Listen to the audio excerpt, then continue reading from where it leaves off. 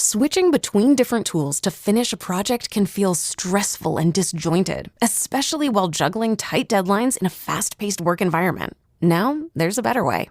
Grammarly built a writing surface that's a game changer for professionals. It helps move your ideas forward and sharpen your words for better results, all in one place. With Grammarly's AI agents, you get writing support at every step to bring polish and impact to your emails, reports, and proposals without the tab overload.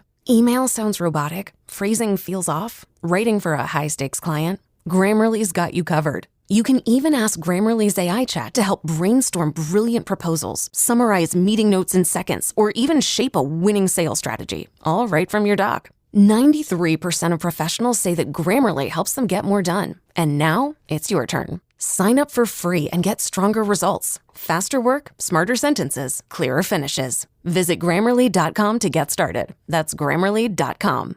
If you're a podcast host, listen up, this one's for you. My name is Allie Jackson. I'm the host of Finding Mr. Height, a dating and relationship podcast that I've been doing for 4 years now, sharing my positive and practical approach to dating that's built on my own life experience. And I wanted to share another experience that I've had, my secret behind monetizing my show. It's called Red Circle, and I was just telling my colleague about how much I love their platform. With Red Circle, not only am I getting a seamless hosting experience, but I also love the support I receive in ad sales. It's not just typical ad sales either. It's targeted opportunities based on my show and my life. And the platform is super simple. You just set your preferences and Red Circle matches you with sponsors that align with your show. You can vet every opportunity and their platform gives you great analytics. More recently too, my Red Circle team has brought me opportunities outside of my podcast on social media to really augment the podcast partnerships, bring them full circle. I just can't recommend them enough. If you want to give it a try, go to redcircle.com to get your free trial. That's redcircle.com for a free trial. WTL.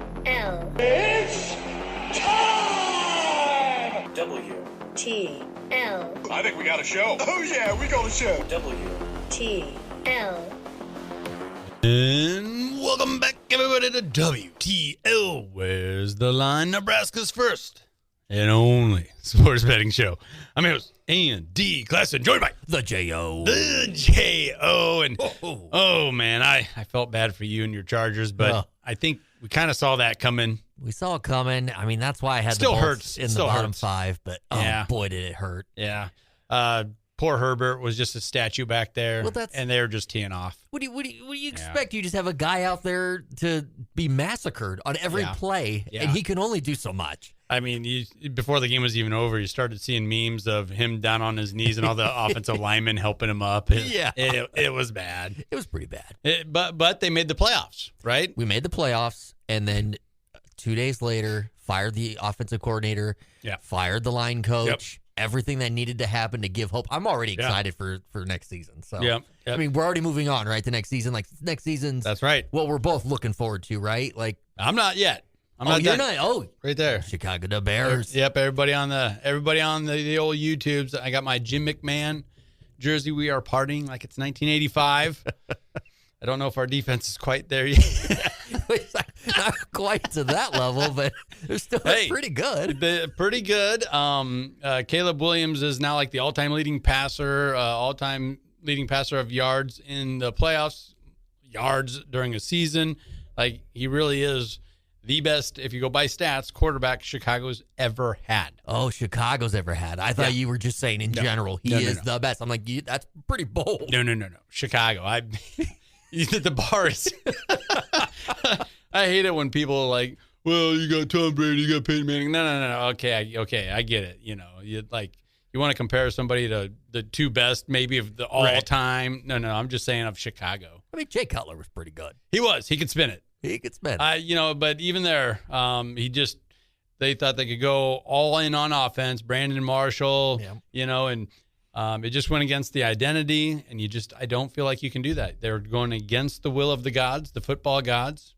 Can't do it. So it took us, I'm pretty sure I was asking you almost every single week, how about them Bears? Huh? And you're like, it took you to this point, the divisional round. I'm speaking as a fan right now. Yeah. Okay. We'll get into the sports betting. We're talking NFC divisions here. I love it. I love that. And speaking of fandom, how about those Huskers? Oh, go Big Red. That is insane. I'm impressed even more every single game. 17-0 that is the longest winning streak Nebraska's ever had. 20-0 if you go back to the Crown, that postseason run they had last year. That counts. I did see a pretty good post.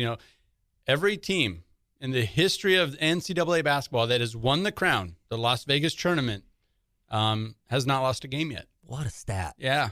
Wow. So that was a debate I heard last year. Well, what's better, going to a tournament like that, where the guys can have some success, or going back to the NCAA tournament and probably losing the game?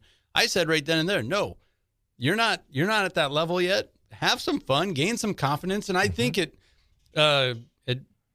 in the long run, some of those players said, yeah, we probably wouldn't have came back. We probably would have transferred out had we not had our opportunity to play some ball, put in some minutes, and the coaching staff got to see some of those guys.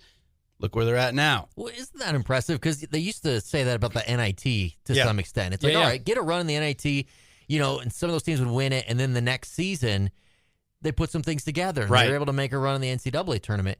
And then teams just started, we don't want to play in the NIT. They'd almost rather sit out, almost like a college bowl game, right? Yeah. What do we do? There's something to the Crown and what Nebraska's doing. It reminds me of the football team last year when they finally made a bowl game, finally got that monkey off their back, won that bowl game in a kind of a gritty game. What was that? The Pinstripe Bowl. Pinstripe Bowl, baby. In Yankee Stadium, when you think of all-time great settings of college football. Yankee Stadium. You think of the house. Yankee Stadium. The house that the Mickey built or the Bay built, whatever. But speaking basketball here, they are 6-0 in the Big Ten, ranked in the top 10, first time since 1971. Yeah.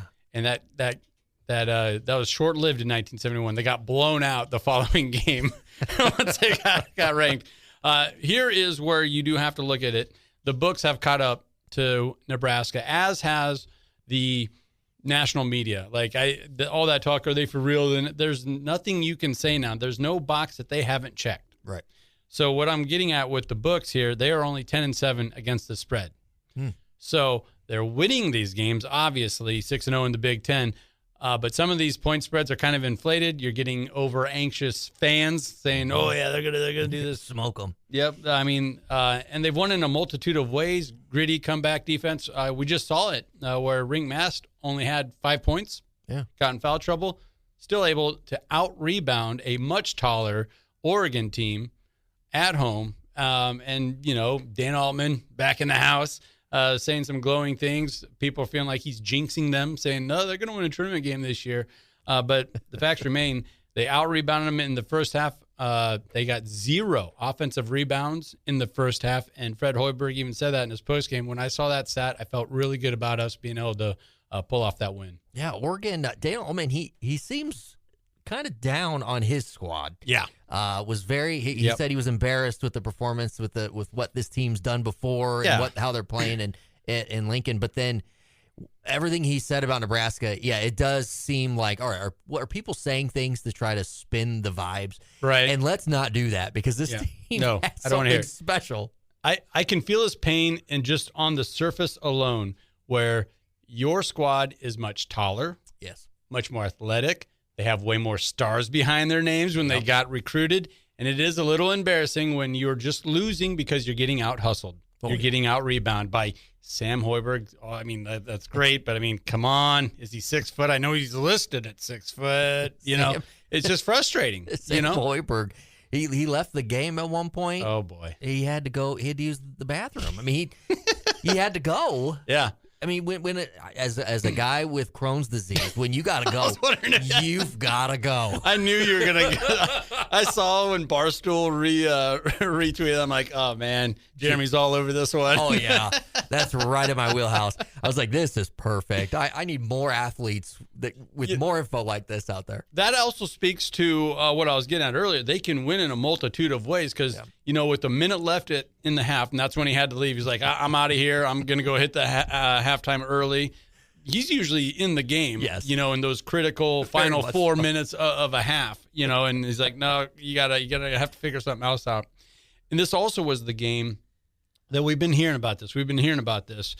Yes, Fred Hoiberg, head coach, had to flip the script. He had to gear it more towards something that was sustainable to build at Nebraska, and that was defensive-minded guys, older guys. Roster had to get old. But we've been hearing about it. These guys can shoot. You had 2 players knock down 7 threes in the same game. 17 triples overall against Oregon. And that's the type of buzzsaw, like, nobody's touching you then. Man, if you can shoot like that, you can hang with anybody. And they're going to need it because in a couple weeks, they do have Michigan on the schedule. Let's look at January 24th. January. This is going to be tough. January 24th at Minnesota, followed up 3 days later at Michigan. Now, we do have to go on the road here the 17th and play Northwestern. Should get the Wildcats in Chicago, right? I mean, honestly, they should still have that 0 in the loss column when they go into Michigan. Yeah, 20-0 versus Michigan. Wow. Wouldn't that be so? Oh, my God, in the top 10. There's another team in the state of Nebraska, too, that I want to make mention of, not having the season that they were hoping for, but the Creighton Blue Jays. They're doing all right as of late. They're 11-7 overall, 5-2 in the Big East, and they pulled off one heck of an overtime win against Georgetown. That was on FS1, I believe. Yes. Peacock. Peacock was Peacock. All the streaming services. It's so much fun bouncing around. I don't even know where I'm at anymore. But it looked like they were down and out, and they somehow were able to slap that together, pile in a lot of points late, and I know Georgetown isn't what they used to be, but it's still a brand name, and it's a Big East win. That's the thing. Any game in the Big East is going to be tough. Austin Swartz, 33 points, has just really come into his own. Yeah. For Creighton. This has been a weird season for them. It's up and down, but there's a lot of talent on this team. Right. That's the thing. They're 5-2 in conference. If they can continue that momentum, they still have tournament dreams. Oh, yeah. It's not out of the talk. They're so streaky, it's still on the table. Absolutely. And they've always been able to shoot themselves out of trouble, and that's exactly what they did against Georgetown. So that if you let that team hang around, which, there's a lot of teams let's be honest, in the Big East, that they can't close out other teams. They're just not they're not built like a lot of Big Ten teams, I would say. Right. I mean, couldn't you see this team go into Madison Square Garden and just win the Big East tournament, or at least get to the end and just hang close enough to get in? We've seen it before. We've seen it before. Even like we brought up a couple weeks ago, Arch Madness back when they're in the Valley. They would have no business going on a run with some of those teams, and they would end up winning the thing and getting that free ticket to the dance. And then winning a game. And that's just enough, But Creighton, it's not over. I certainly think that there's better days ahead for this Creighton team still. Yeah, there's still 2 games. What was this? 8-10 against the spread. 8-10 against the spread, and they've been getting better and better as of late. Kind of disappointing at home, and we actually witnessed one of those. We saw that, but I mean, Utah Tech. I mean, what did that really tell us? It was fun. It was fun. A get-right game, I guess you could say. Exactly, and they very much needed the W. But overall, 11-7 with some of the struggles that they've had to overcome. I think there are reasons to believe they could turn this around and, hey, make a run in March, right? Absolutely, and that's the thing. When you got McDermott as your coach, good days ahead. I think so. Yep. We've seen it before, right? Absolutely. So I'm not giving up on the Jays yet. And you better believe I got pretty high hopes for the Huskers. You heard the horn. That means we're up against it. So let's take a minute to recognize one of our fabulous partners, and that is the Nebraska Ale House, located in Warhorse Casino, Omaha. Come as you are for an elevated dining experience. Signature dishes include the whiskey marinated Omaha steak and the always tender prime rib. Warhorse Casino, Omaha, and the Warhorse Sportsbook. No bets, no glory. Don't go anywhere. This is WTL.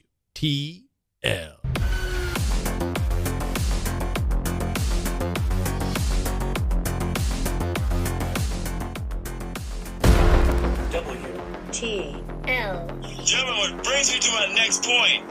Don't smoke crack. WTL. And welcome back, everybody, to WTL. You know what that stands for? Where's the Line? Nebraska's first and only sports betting show.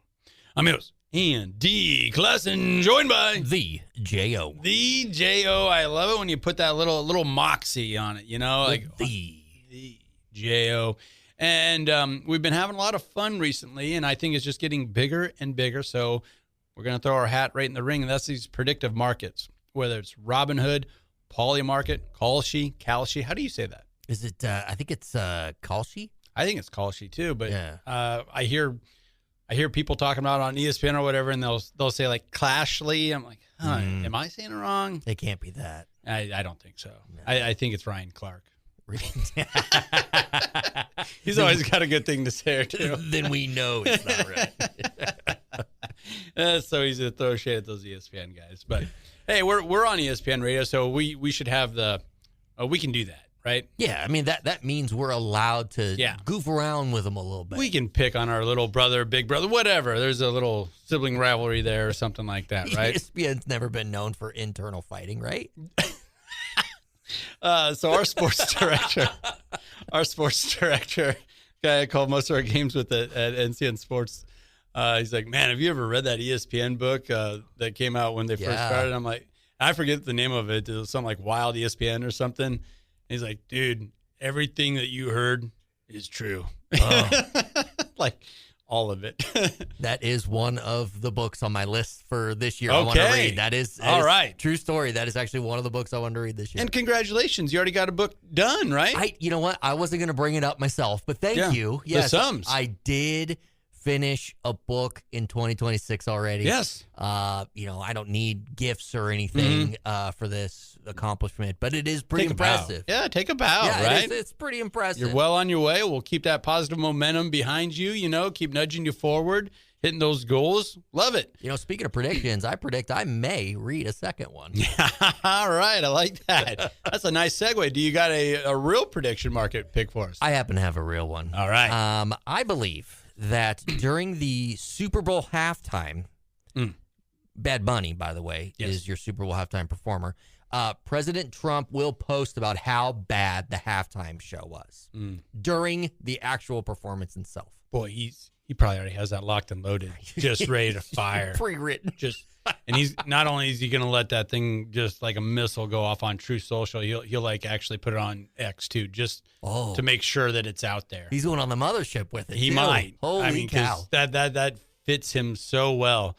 I mean, even the whole Rob Reiner thing, that was so bad. It was awful. How do you do that? I mean, I know that. Well, the guy actually had like a talk show on how to get him fired.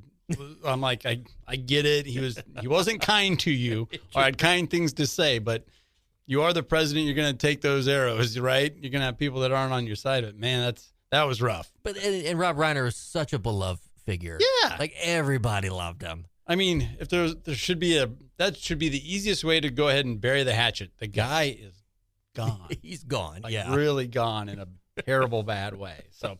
Anyhow, this also fits in line with some of those spirited text messages or social media posts, yes, that Trump will fire off. They're our president, commander in chief. I got one that might be a little more fun, but there is a dark side to it. Okay. This is right in the middle of pop culture and what's going on right now and what people are talking about, and I'm seeing an evolution happen here. Have you seen the boom in AI girlfriends? Oh yeah, I've seen. I mean, this isn't a Walking Phoenix movie anymore. This like young men are getting hooked on these AI girlfriends. So they can tell them exactly what they want them to say, how they act, what they look like. And you can like create the girl that you want. Correct. Make her look however you want. And yeah, she's just going to tell you what you want to hear. Yep. She's not going to be ragging on you to do the dishes or whatever. I also see on the other side, stick with me here, the gatekeepers of like Hollywood. After you've fallen off, you got to like pay your dues to get back up in there. Yep. And some of the times, a good way to do that is, all right, we're gonna let you host a docu-series about the environment or something. It's not gonna be mainstream. We'll put it on Netflix or whatever. But if you can do that, then we'll get you back in some movies.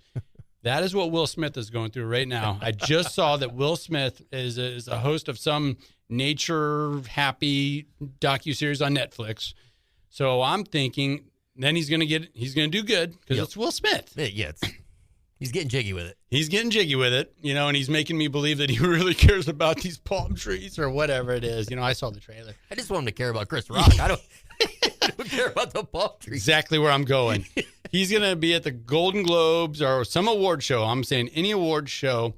The host is going to be up there doing a bit on AI girlfriends. Okay. And Will Smith's phone is going to start beeping and flashing lights, and it's going to be his AI girlfriend summoning him just like Jada Pinkett did. You need to go handle this. You need to handle this right now, Will. So I'm thinking he's going to get kicked out of he's going to slap another host of an awards show because his AI girlfriend is going to make him do it. That's wild. The odds on that are going to be insane. I need to find someone to take this bet. It's going to be like a 99 cent to 100 type of a deal. Absolutely. Big payout. But that I'm just connecting all these dots, and I'm seeing a hurt guy. Will's hurt right now. He's hurting for sure. And he wants to get back in the limelight, and he's paying his dues. He's doing the nature shows. And I think he's got to find comfort in someone other than Jada Pinkett Smith. And so that's going to be the AI girlfriend, but she's going to have that. She's not going to want to hear that. He even tried to go back to music, and that didn't pan out either. So when you were thinking about this, because I can tell you've been thinking about this one for a bit. Yeah, it's all just coming together. Did you do the wall with the string and the paper and the pictures and just kind of connected the dots? I mean, how did that work? A little bit. Ashley and I needed to start a new show on Netflix, so we're kind of surfing, and then Netflix kept saying, "No, Will Smith, this docuseries, you got to see it. You have to watch this. This is it. It's not a top 10, it's not a nothing, but he's back, and you're gonna want this." And then my phone wouldn't leave me alone with all these AI girlfriend ads, and I'm not about that at all. Right. I'm happily married. I don't do this. I don't do that. So I'm like, oh my God, there's something going on here.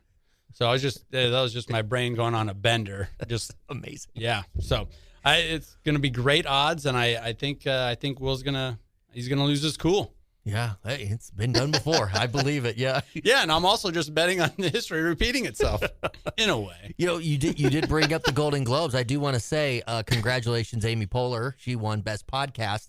We did not win. But maybe next year we could win a Golden Globe. So. Yeah, I put that on a poll. Who got the greatest snub at the Golden Globes? I did put Laugh With Me on there. So. Oh, well, thank you. You bet. Yeah, it was quite the snub. Hey, speaking of Netflix and the evolution of entertainment, they've picked up 25 or more podcasts, video podcasts that are just shows now. Just straight up. Just shows. Video podcast shows. Wow. Yeah. Wow. Incredible. It's incredible to think that this started 3 years ago as just a podcast.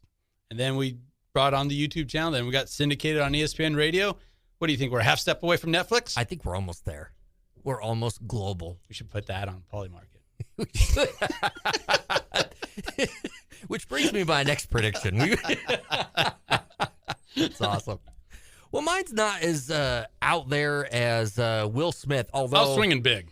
Big Willie style. That's huge. Yeah. I mean, that's a big one. Although this is maybe not as likely as that, and that is Mike McDaniels will become the Los Angeles Chargers offensive coordinator for next season. How do you feel about that? That could really happen. That could actually really happen. And I think he would be pretty good at it, wouldn't he? He would be. He wouldn't be asked to do too much. So when I first saw his name attached to it, I was like, absolutely not. I don't want. And then I got past that initial response, and I'm like, he's such a crazy character. He dives in the analytics of it. Yep. I actually like him and Harbaugh together. Yeah. And they're just their weirdness would be just gold. Yeah. That'd be like two negatives make a positive or something like that? Yeah, maybe. Maybe it deserves to be on Hard Knocks. That'd be great. Put that on HBO. Yeah. And he's been part of some just stellar, really good NFL staffs. So he knows how to, get in line. But he's creative enough of a guy. It looked like that ship had sailed in week 3. And then they went on a run, out of nowhere. Yeah. And then they kind of turned into a team you didn't want to play down the stretch. And he looked upset about it. He was not happy about it. That's for sure. And then he kept his job the whole way until I guess it was John Harbaugh got him fired. Is what's coming out. Is that what it was? Yeah, because remember how it was 7 teams contacted him, And we're like, well, there's only 6. Yep. Or there were 7 at the time, but one was Baltimore. But one was Baltimore, yep. The 7th was Miami, and they still had him hired. Wow. And I don't think they're going to land it. I don't think they're going to land John, but who knows? That's incredible. Well, Mike McDaniels, Chargers offensive coordinator. That's my prediction. Okay. Along those same lines, coaching carousel hits a little closer to home. Mike Eckler. Is he going to be in USC or Nebraska next year? Boy, if I had to put money on it, I'd say Nebraska. So much came out today. Did you hear all that? I have yesterday? Seen that. Yeah. I mean, that was, and no one knows. It's just murky. And then Coach Rule got up there and talked for like 15 minutes just in circles. Like, I love the guy. We signed him. We tried to sign him to another longer contract. So he didn't sign his extension? Oh. Like, what? All right, now I'm thinking. Yeah, like, what are we talking about? He's going to California. And people had already been saying, like, why can't Coach Rule just be quiet for maybe a week or something? Like, isn't this a dead period? Like, is he still doing his podcast? Did he say this on his podcast? I don't know where it was. I caught it on the radio. Okay. Doing a commute this morning. And, yeah, he was just talking at length, and everybody was just hammering him. It was a press conference. Everyone was just hammering, well, what about Eckler this? What about Eckler that? You know, and he even said, well, all the guys that were under him on that staff, we are retaining them. And so they already taught so I'm like, oh, man, that almost sounds like he's going to USC. Yeah, so that sounds worse. And he was doing the same circle with Raiola, too, when the rumors of him leaving, were there. Yeah. So I don't feel good about that. Is that all of our predictions this week for the prediction markets? I got one quick one for you. Okay, let's do it. Dylan Raiola will enter the portal again. Yeah. That's actually probably as close to the same odds as my Will Smith getting told by an AI girlfriend to smack the host of the Golden Globes. It's like 2 surefire bets. I love it. You just look at his track record, and I do you think his camp was counting on the starting quarterback to enter the draft?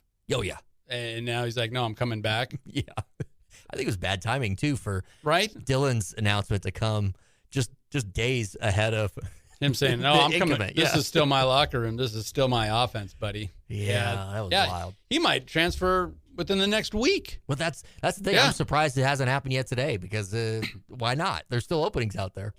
We're going to have to really get into some of these different prediction markets and see where we can't find some of these lines. That's all it is. It's a yes, a no.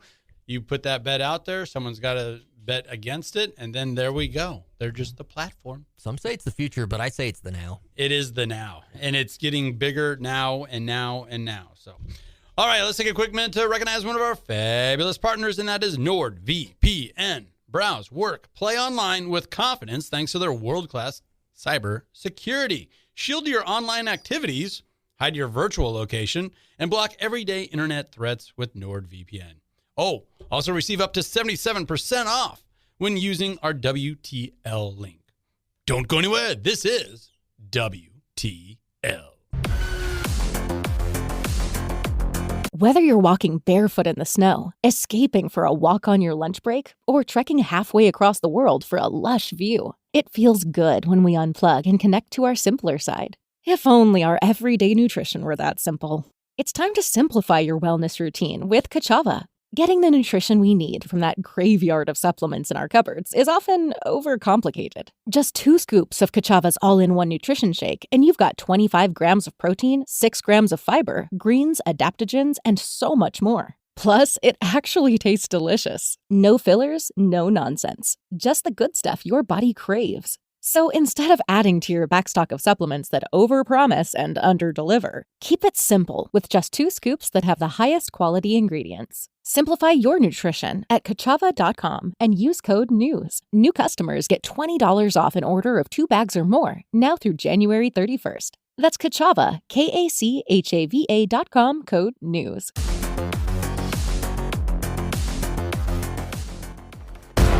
WTL. Hello. Hi, I'm looking for a Mr. Ron. First name Mo. Mo, Ron?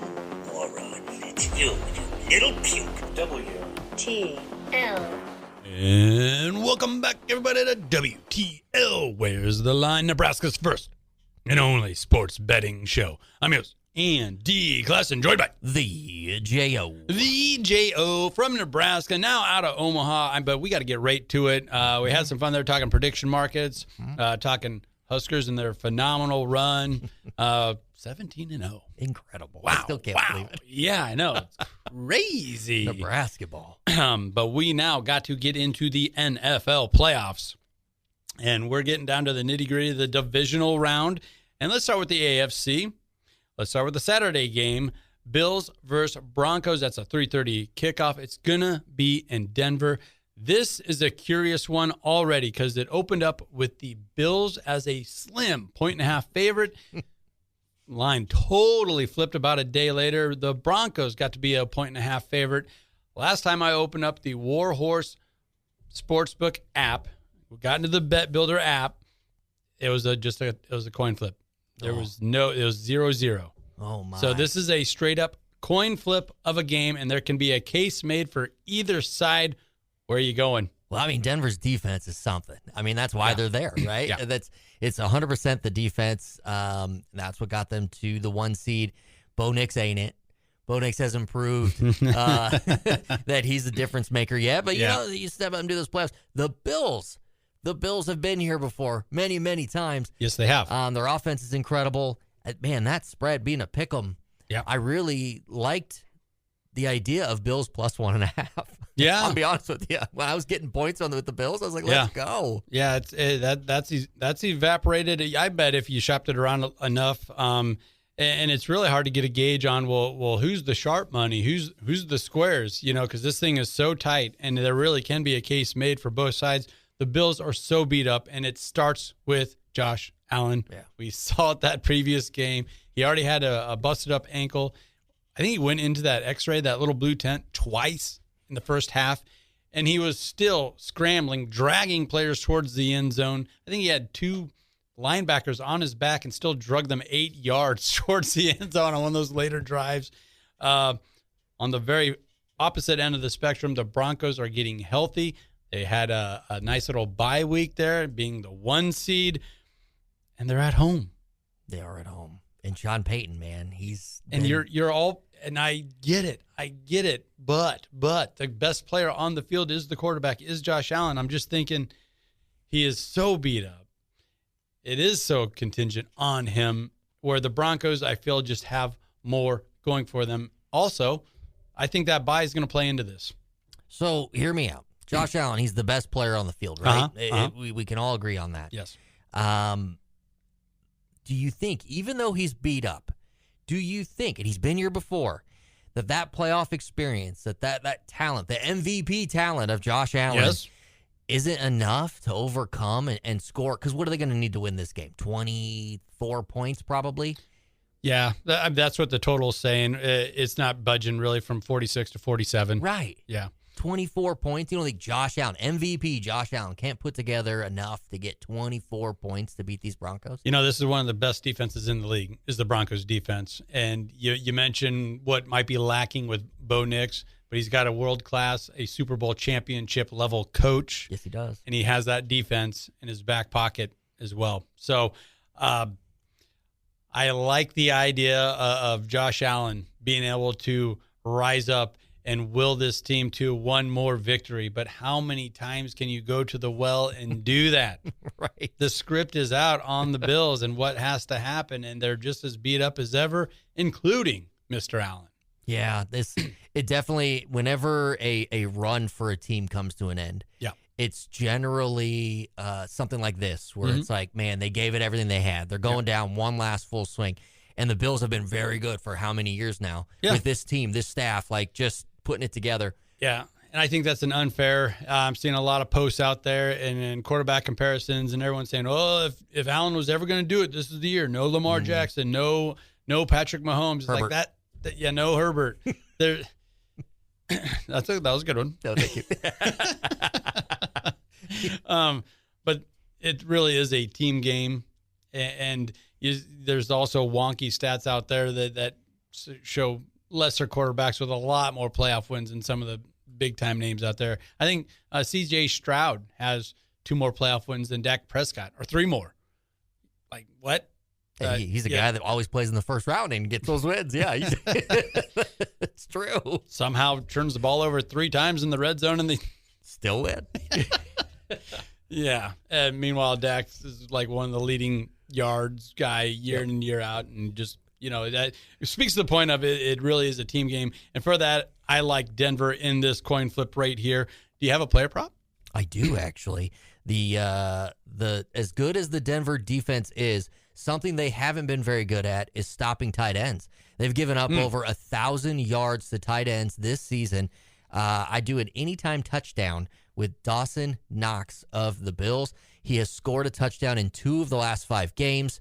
Denver doesn't defend him very well. I like Dawson Knox find himself open. Maybe Josh Allen can just chuck one up there and see what happens. That's interesting because remember last week we went heavy in on Puka Nacua? Yes. And being the leading receiver throughout the playoffs. Well, that line has gotten even sharper now, and he's at actually minus money now. I bet. But one of the guys right behind him that's in the runnings as one of the top guys being a bet on is Kincaid, the other tight end for the Bills. Really? So that actually speaks to what I'm saying there. That's exactly what you're saying there. I'll go with an anytime touchdown, and I'll go with Josh Allen. Okay. I think Denver's defense is going to shut down Cook as much as possible, limit his runs. And when that happens, Josh scrambles. Josh makes it happen. Like you said, I think he's going to do everything in his power to get this team over the hump or try to. And a lot of times that means in the red zone, he's going to get into that end zone. Man, to exactly your point, and as much as I'm saying they don't defend tight ends very well, Denver crushes running backs. So you nailed it, because Josh Allen, if he's gonna make it happen on the ground, it's gonna be his feet. So that makes sense. Yep. Should we shift gears here and head on over to the other divisional round game in the AFC? It's going to be on Sunday, the 2:00 game.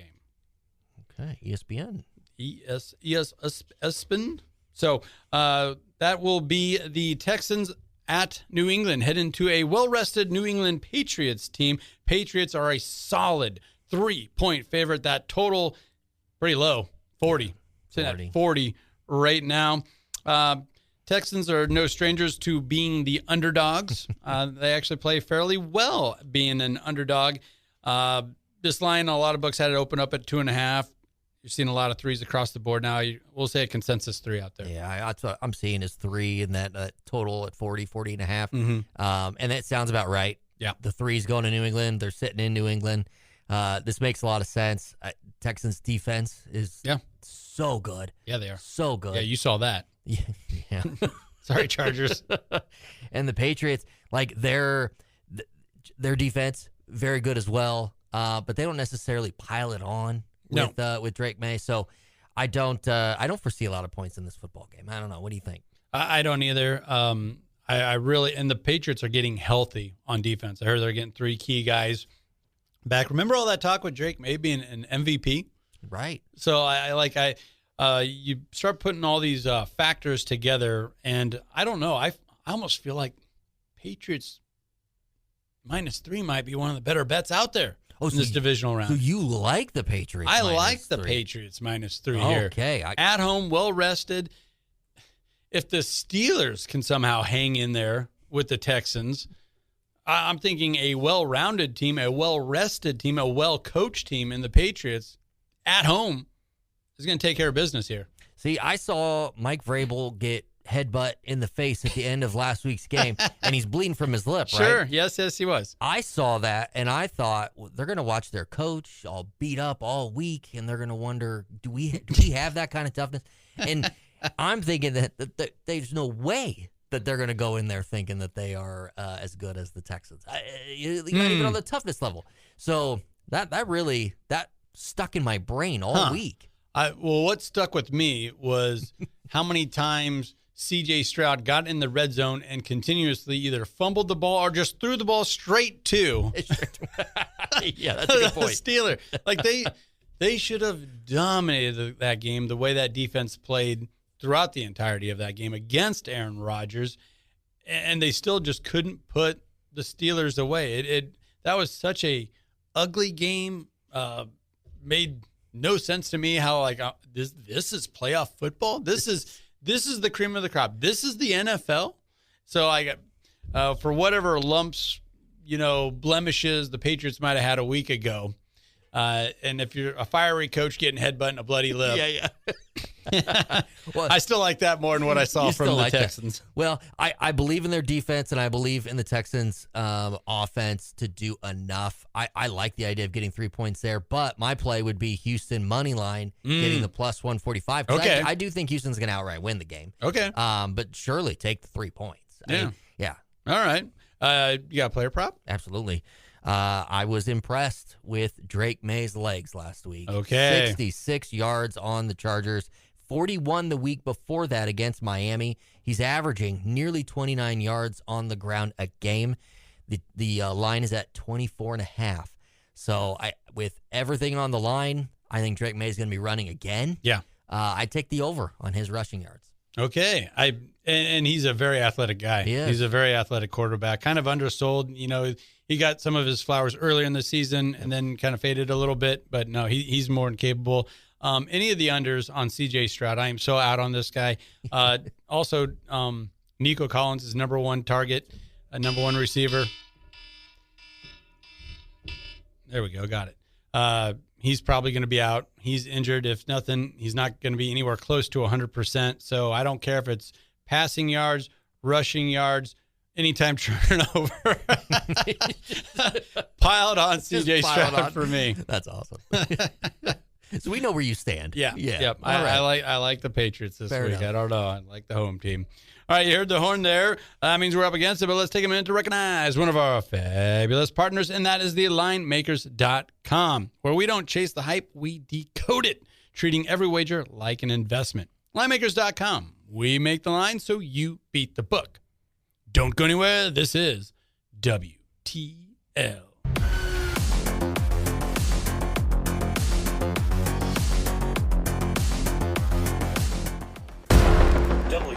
WTL. Capitalism is the only way, Leslie. It moves our country forward. It's what makes America great, and England okay, and France terrible. WTL. And welcome back, everybody, to WTL. Where's the line? Nebraska's first and only sports betting show. I'm your host, Andy Classen, joined by the J.O. Yeah, right. And we got to get right back into it. We're talking NFL playoffs, talk to AFC. Now we got to get to the NFC because there's a couple of bangers on the slate here. Mm-hmm. And it starts with a rivalry game here, Saturday, 7 o'clock. That is the 49ers, for the third time this year, the rubber match, heading on out to Seattle. The early line is telling me there's not going to be a lot of points scored here. Yeah, correct. It's going to be cold. It's going to be cold. And for all those factors, we see a lot of people betting the under, and it is moving that under. What do we got here? 44.5 total. Yeah, I'm seeing 40 anywhere between 44.5, 50, 45.5. Yeah. Everything's swinging Seattle. Yeah. Their way. I mean, their defense. I mean, that's probably the story of this thing, right? Between that and the injuries on the other side. So. Well, I think a big story is, the injuries for San Francisco. That's not slowing down. Right. I don't know if that's the substation, the electrical currents. Yeah, is that a real thing? I don't know. Is that a real? Man, everybody's talking about it, though. It really is. And then that story breaks, and George Kittle goes out in the first half. Like right on cue. What? Yeah.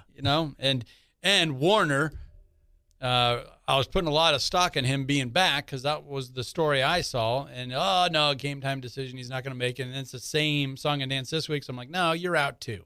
You're out too. You're not going to play Seattle. So I'm not counting on any of these guys getting healthy for this game. This is, though, a wild point spread. I'm curious to hear your thoughts on it. 7.5 over a touchdown in the extra point. A divisional game, a divisional rivalry, one that I know is a long time ago, but this is the rubber match. Yeah. San Francisco beat Seattle week 1, right? Yeah, that's the thing. Seven's a lot of points in the 7.5. 7.5. You got the hook in the divisional round.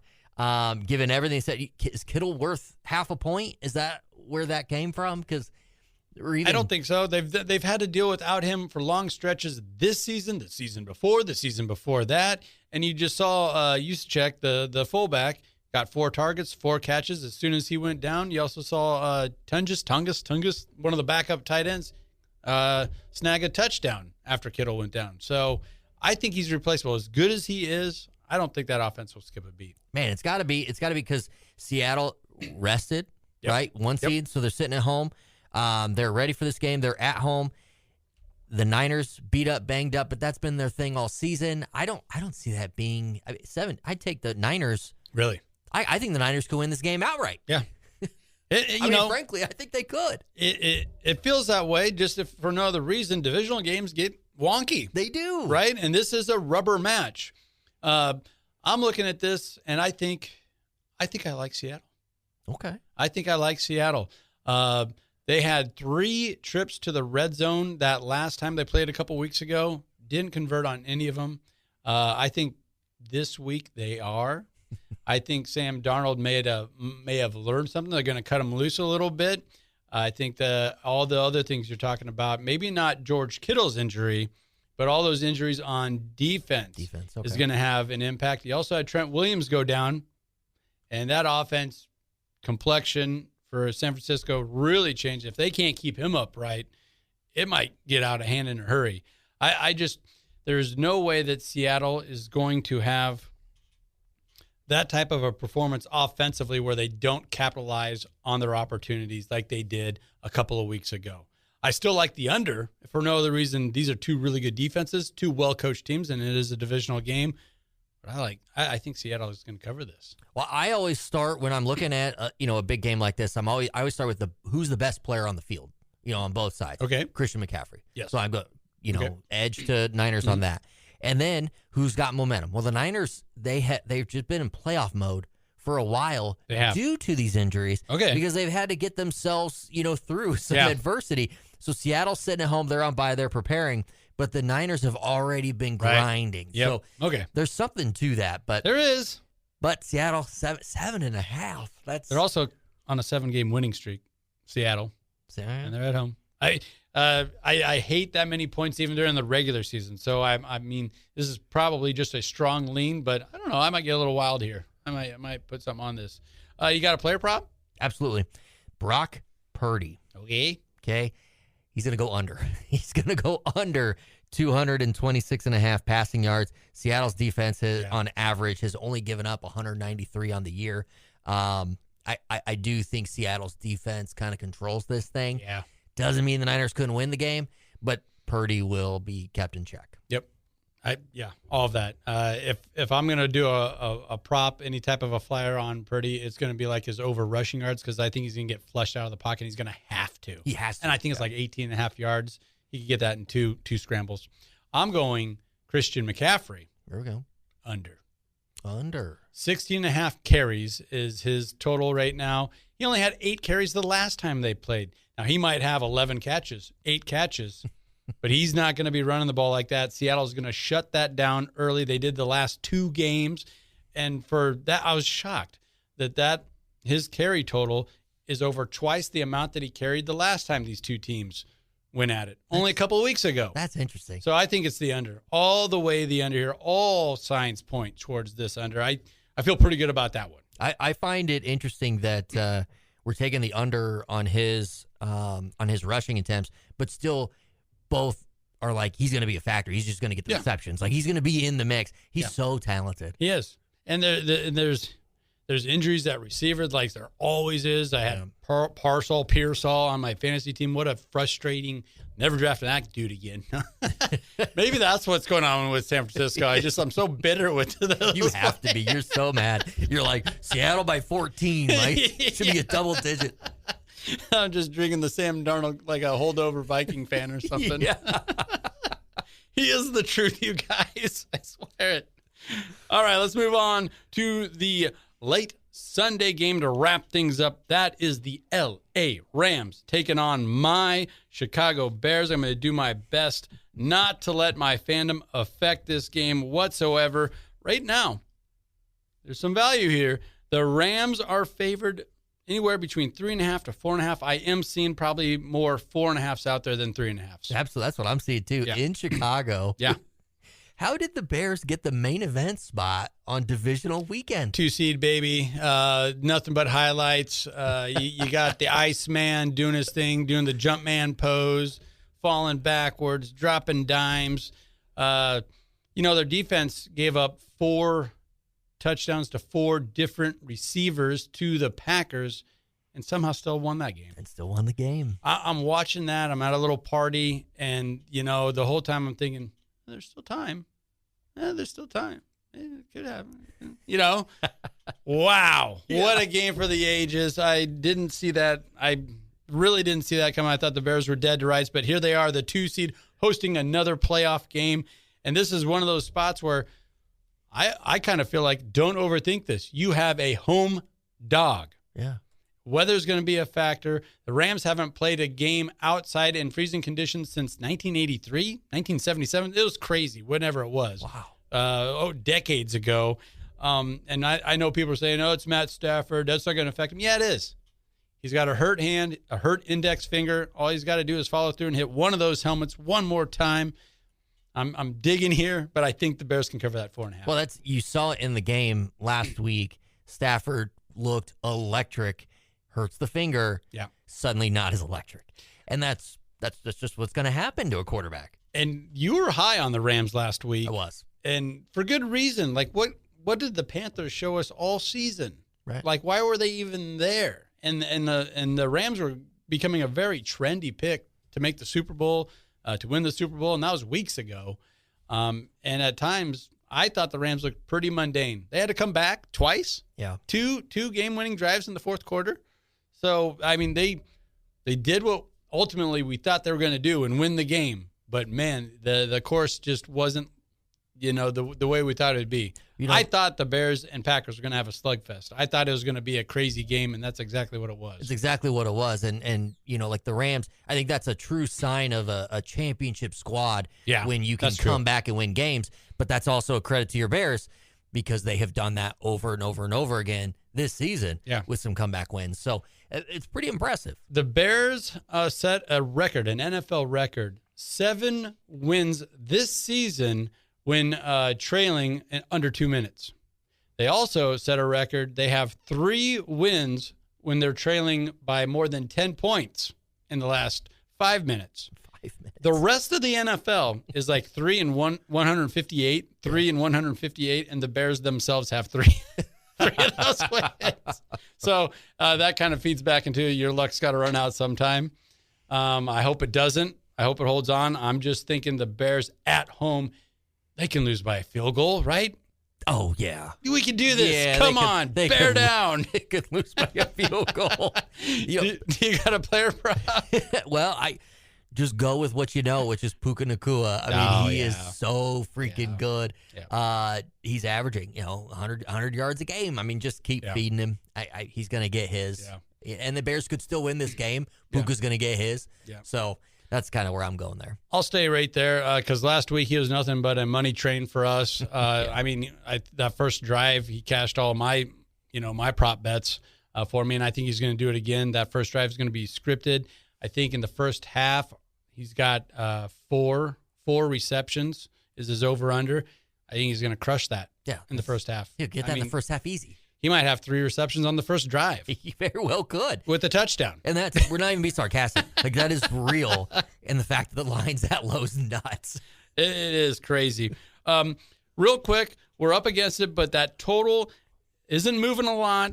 I think it's been going down just a slight bit because of the weather. Does that concern you? 44.5 is what I'm seeing. No, weather isn't real. So I believe that 47.5, somewhere in there, I'm going to take the over. I think there's going to be points. I think it's going to be an over, too. Yeah. Bears have a lot of injuries. Best linebacker on the team went down. He's not coming back, and they're susceptible. I mentioned it last week. They let 4 different receivers score touchdowns to Green Bay, and the Rams offense, when it wants to, can just march up and down the field.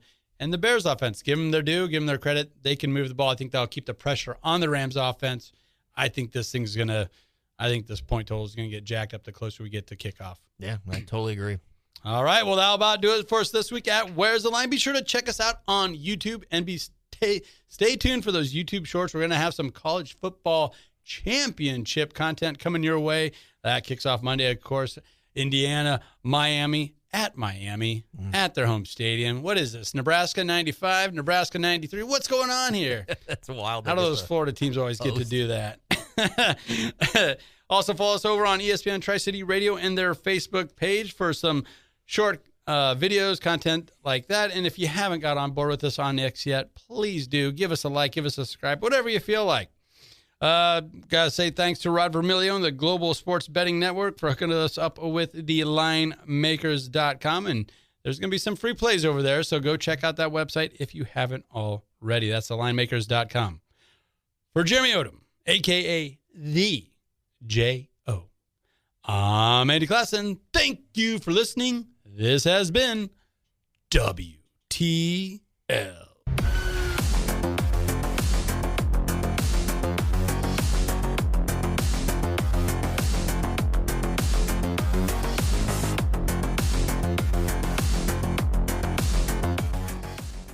If you're a podcast host, listen up. This one's for you. My name is Allie Jackson. I'm the host of Finding Mr. Height, a dating and relationship podcast that I've been doing for 4 years now, sharing my positive and practical approach to dating that's built on my own life experience. And I wanted to share another experience that I've had, my secret behind monetizing my show. It's called Red Circle. And I was just telling my colleague about how much I love their platform. With Red Circle, not only am I getting a seamless hosting experience, but I also love the support I receive in ad sales. It's not just typical ad sales either. It's targeted opportunities based on my show and my life. And the platform is super simple. You just set your preferences and Red Circle matches you with sponsors that align with your show. You can vet every opportunity and their platform gives you great analytics. More recently too, my Red Circle team has brought me opportunities outside of my podcast on social media to really augment the podcast partnerships, bring them full circle. I just can't recommend them enough. If you want to give it a try, go to redcircle.com to get your free trial. That's redcircle.com for a free trial.